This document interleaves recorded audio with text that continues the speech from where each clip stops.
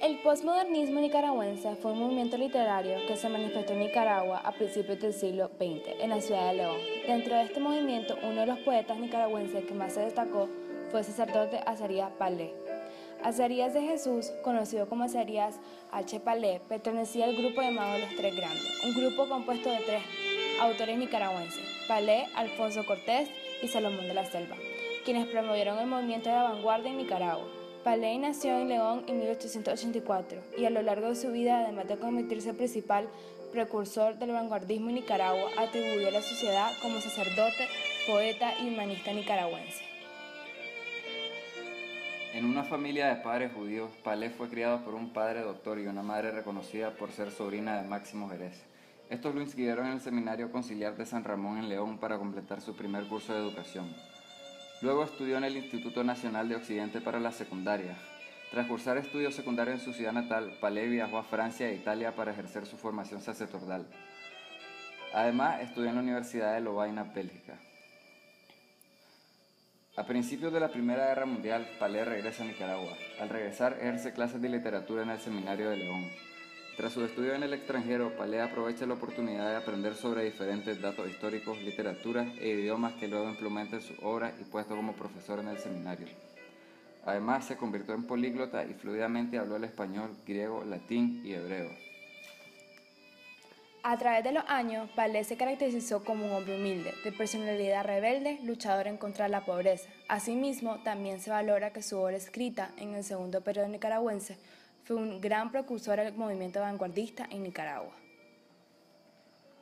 A cuanto a su vida personal, en 1916, Azarías pronunció uno de los discursos más memorables durante el funeral de Darío, además de que el movimiento de vanguardia lo vistió con el título de capellán. La identidad personal que define a Azarías Palé es su fe religiosa, su valor a lo tradicional, su experiencia en formación religiosa y su hogar. Se dice que su madre fue quien lo devotó a creer en la Virgen María. Más tarde escribió el poema Ave María. El poema Ave María trata sobre su adoración hacia la Virgen María y su madre. Él demuestra esto a través de rezos, oraciones y alabanzas a lo largo del poema. Azarías tuvo muchos problemas con el gobierno en sus tiempos de éxito literario. Su carrera docente se vio en consecuencia truncada por gobiernos que temían su influjo sobre la juventud. No solo era oprimido por el gobierno, pero también alabado por los críticos.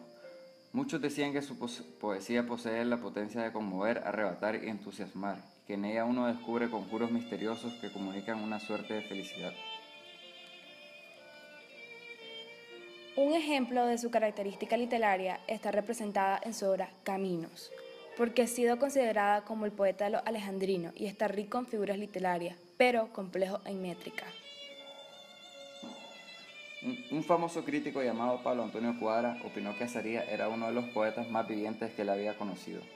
Cuadra explica cómo Azarías tenía modos, aires y palabras de un poeta. Más que todo, Palé cumplía con la perspectiva del cristianismo con una escritura de humildad. El padre Palé apoyaba a aquellos con más necesidad. Palé pensaba que la palabra silencio era una palabra de inocencia y mágica que adquiere sus propias dimensiones. Algunas de sus obras escritas son Huellas de Otoño, Bello Tono Menor y Piraterías. Mientras Palé se dirigía hacia el puerto de Corinto en 1954, sufrió un imprevisto ataque de apendicitis viajando en tren. Lastimosamente, esto lo arrastró hacia una muerte solitaria en el Hospital San Vicente de León.